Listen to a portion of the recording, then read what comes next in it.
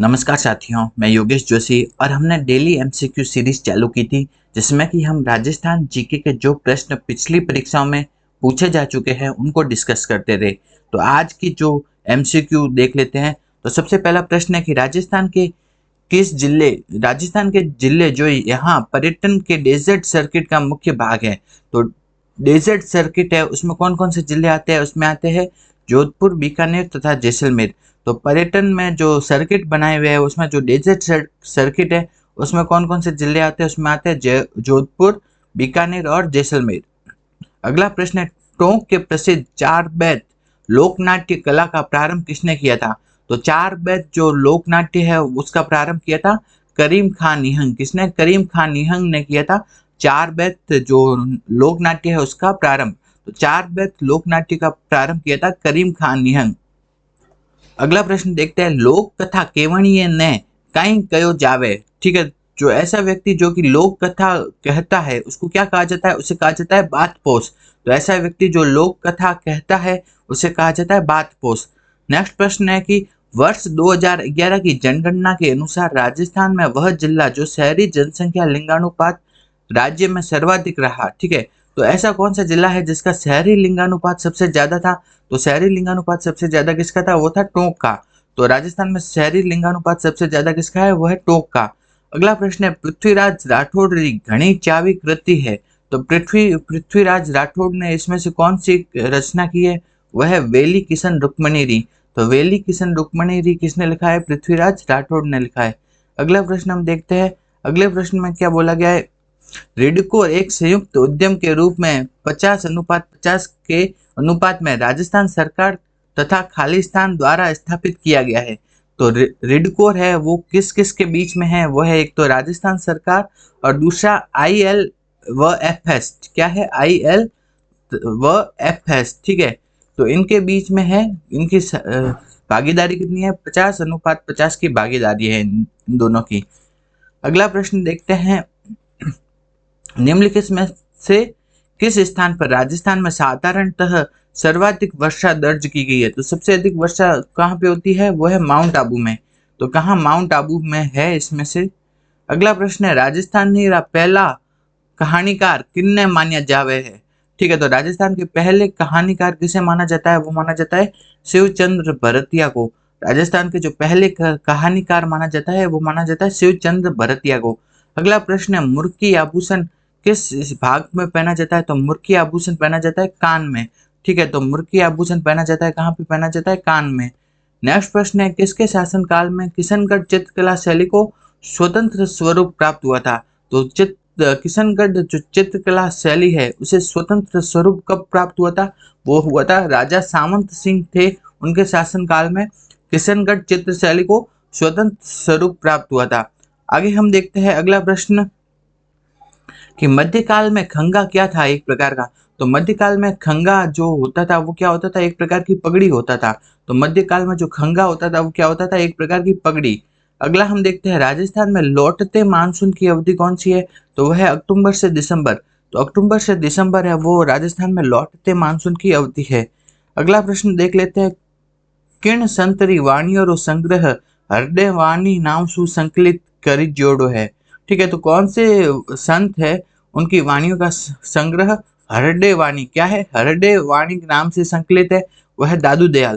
दादू दयाल की जो वाणियां है उनका संग्रह कौन से नाम से किया गया है? वह है हृदय वाणी। ठीक है, तो दादू दयाल की वाणियों का संग्रह किया गया है हृदय वाणी नाम से किया गया है। अगला प्रश्न देखते हैं, गिरी सुमेल के युद्ध में किन किन के बीच में हुआ था? तो गिरी सुमेल का युद्ध हुआ था मालदेव तथा शेरशाह सूरी के बीच में। तो गिरी सुमेल का युद्ध हुआ था मालदेव तथा राव मालदेव तथा शेरशाह सूरी के बीच में। अगला प्रश्न है, परिवार बालू का पत्थर पाया जाता है। तो परिवार बालू का पत्थर पाया जाता है वह कहाँ? जैसलमेर में। कहाँ? जैसलमेर में पाया जाता है परिवार बालू का पत्थर।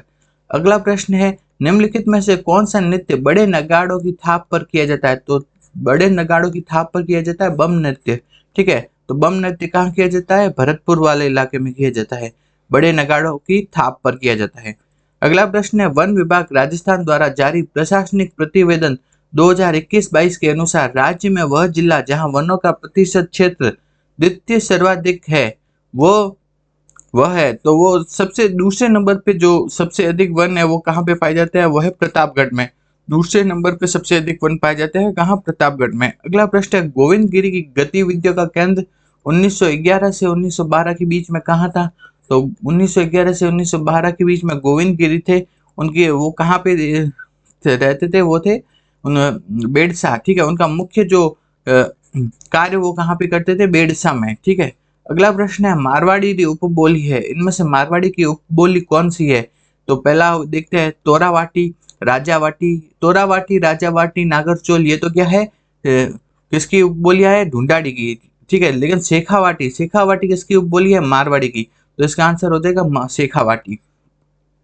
अगला हम देखते हैं, 1883 में स्वामी दयानंद सरस्वती ने उदयपुर में किस सामाजिक संस्था की स्थापना की थी? तो परोपकारिणी सभा की। तो परोपकारिणी सभा की स्थापना किसने की थी? स्वामी दयानंद सरस्वती ने 1883 में, और कहाँ, उदयपुर में।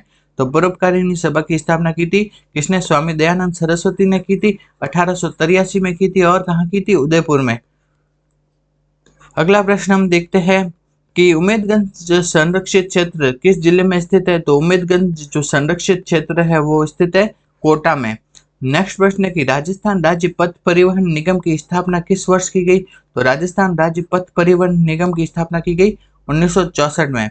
नेक्स्ट प्रश्न है कि राजस्थान में त्योहारों की शुरुआत श्रावणी तीज से होती है तथा त्योहारों का अंत कब होता है? वो है गणगौर से, ठीक है। राजस्थान में जो त्योहारों की शुरुआत होती है वो तो होती है श्रावणी तीज से, और त्योहारों का अंत होता है वो होता है कब होता है? गणगौर के अवसर पर। अगला हम देखते हैं, राजसमंद का मोलेला गांव किसके लिए प्रसिद्ध है? तो वो है मृण शिल्प या टेराकोटा के लिए प्रसिद्ध है मोलेला, ठीक है। मोलेला किसके लिए प्रसिद्ध है? वो मृण शिल्प या टेराकोटा के लिए। अगला प्रश्न है कि राजस्थान में निम्नलिखित जिलों में से कौन सा अति आर्द्र जलवायु प्रदेश का भाग है? तो अति आर्द्र जलवायु कहाँ पाई जाती है? वो कोटा, बूंदी, बारा, झालावाड़ वाला ये इलाका है ना, यहाँ पे पाई जाती है। तो इसका आंसर हो जाएगा झालावाड़। नेक्स्ट प्रश्न हम देखते हैं, रणकपुर, ये क्वेश्चन क्या था, बोनस हुआ था आपके एग्जाम में। नेक्स्ट प्रश्न हम देखते हैं, किस शासक के समय राजस्थान में ब्लू पोर्टरी की शुरुआत हुई? तो ब्लू पोर्टरी की शुरुआत हुई थी सवाई राम सिंह, सवाई राम सिंह के शासनकाल में राजस्थान में ब्लू पोर्टरी की शुरुआत हुई थी। अगला प्रश्न है, ढोला मारू रा दुहा कृति रे नायक ढोलारो असल नाम कई हो? तो ढोला मारू का दोहा जो कृति है उसके जो नायक था उसका नाम क्या था? ढोला। उसका असली नाम क्या था? उसका असली नाम था साल्ह कुमार। क्या था? साल्ह कुमार। नेक्स्ट प्रश्न हम देखते हैं, 300 ईसा पूर्व से 300 ईस्वी तक के काल के राजस्थान में गोल चैत्य कहाँ मिल रहे हैं? मतलब गोल मंदिर या बौद्ध मंदिर कहाँ मिले हैं? वो मिले हैं बैराठ में, ठीक है। बौद्ध मंदिर या गोल मंदिर कहाँ मिले हैं? बैराठ सभ्यता में मिले हैं। अगला प्रश्न हम देखते हैं, किस युद्ध में औरंगजेब ने जसवंत सिंह को हराया था? तो औरंगजेब ने जसवंत सिंह को हराया था कौन से? धर्मत के युद्ध में। तो औरंगजेब ने जसवंत सिंह को हराया था धर्मत के युद्ध में। अगला प्रश्न है, डमोर जनजाति का निवास क्षेत्र है, तो डमोर जनजाति कहाँ पे पाई जाती है? वो पाई जाती है डूंगरपुर, बांसवाड़ा, उदयपुर वाले इलाकों में पाई जाती है डमोर जनजाति, डूंगरपुर, बांसवाड़ा तथा उदयपुर वाले इलाकों में। नेक्स्ट हम देखते हैं, वर्टिसॉल, वर्टिसॉल मृदा नहीं पाई जाती। तो वर्टिसॉल मृदा कहाँ पे पाई जाती है? हाड़ौती वाला इलाका है ना, कोटा, बूंदी, बारा, झालावाड़, वहां पाई जाती है। तो इसके अलावा कोई ऑप्शन होगा वहां पे नहीं पाई जाएगी। तो बीकानेर, चूरू, यहाँ पे नहीं पाई जाती है, ठीक है। नेक्स्ट हम देखते हैं, राजस्थानी चावा नाटककार है, मतलब राजस्थानी के जो नाटककार कौन से है मुख्य, वो है अर्जुन देवचारण। कौन है? अर्जुन देवचारण। अगला प्रश्न है, मरु विकास कार्यक्रम DDP, डेजर्ट डेवलपमेंट प्रोग्राम, ये किस वित्त वर्ष में प्रारंभ हुआ? ये है 1977-78 में। तो मरु विकास कार्यक्रम डेजर्ट डेवलपमेंट प्रोग्राम DDP चालू हुआ 1977-1978 में। अगला प्रश्न देखते हैं, राजस्थान में भाषा की बोली नहीं है, ठीक है। राजस्थान की भाषा की बोली नहीं है पूछा गया है, ठीक है। तो इनमें से कौन सी नहीं है? मालवी राजस्थानी भाषा है, बागड़ी भी राजस्थानी भाषा है, मेवाड़ी भी राजस्थानी भाषा है, लेकिन जो बांगरू है वो राजस्थानी भाषा की बोली नहीं है। तो इसका आंसर हो जाएगा बी। अगला हम देखते हैं, जालोर के शासक अलाउद्दीन खिलजी के मध्य, जालोर के शासक और अलाउद्दीन खिलजी के मध्य जो संघर्ष की जानकारी किससे मिलती है? वो मिलती है कान्हड़ देव प्रबंध से। किससे? कान्हड़ देव प्रबंध से मिलती है। अगला प्रश्न है, 2011 की जनगणना के अनुसार जिलेवार घनत्व का सही अवरोही क्रम है, मतलब अवरोही क्रम पूछा है, मतलब ज्यादा से कम की ओर। ठीक है, तो ज्यादा से कम की ओर जो घनत्व है वो देखते हैं। सबसे पहले क्या आ गया, अलवर, फिर धौलपुर, फिर बांसवाड़ा और कोटा। इसका ऑप्शन सही होगा फर्स्ट। नेक्स्ट हम देखते हैं, राजस्थान सरकार द्वारा जनजातीय क्षेत्रीय विकास विभाग की स्थापना कब की गई? 1975 में राजस्थानी सरकार द्वारा जनजातीय क्षेत्रीय विकास विभाग की स्थापना की गई थी 1975 में। नेक्स्ट हम देखते हैं, निम्न में से कौन गागरोन के राजपूत शासक थे? तो गागरोन के राजपूत शासक कौन थे इसमें से? वो थे पीपा जी। संत पीपा है वो क्या थे? गागरोन के शासक थे और बाद में संत बन गए थे। अगला प्रश्न देखते हैं, निम्नलिखित में से कौन सी नदी उदयपुर जिले में प्रवाहित नहीं होती है? तो साबरमती उदयपुर में है, सोम भी उदयपुर में, जाखम भी है, पार्वती नहीं होती है। ठीक है, पार्वती प्रवाहित नहीं है, तो इसका आंसर हो जाएगा बी। नेक्स्ट हम देखते हैं, निम्नांकित में से किस जिले को लकड़ी की पहाड़ी और घाटियों की भूमि के रूप में जाना जाता है? तो लकड़ी की पहाड़ी और घाटियों की भूमि के रूप में जाना जाता है, वो जाना जाता है बारा को।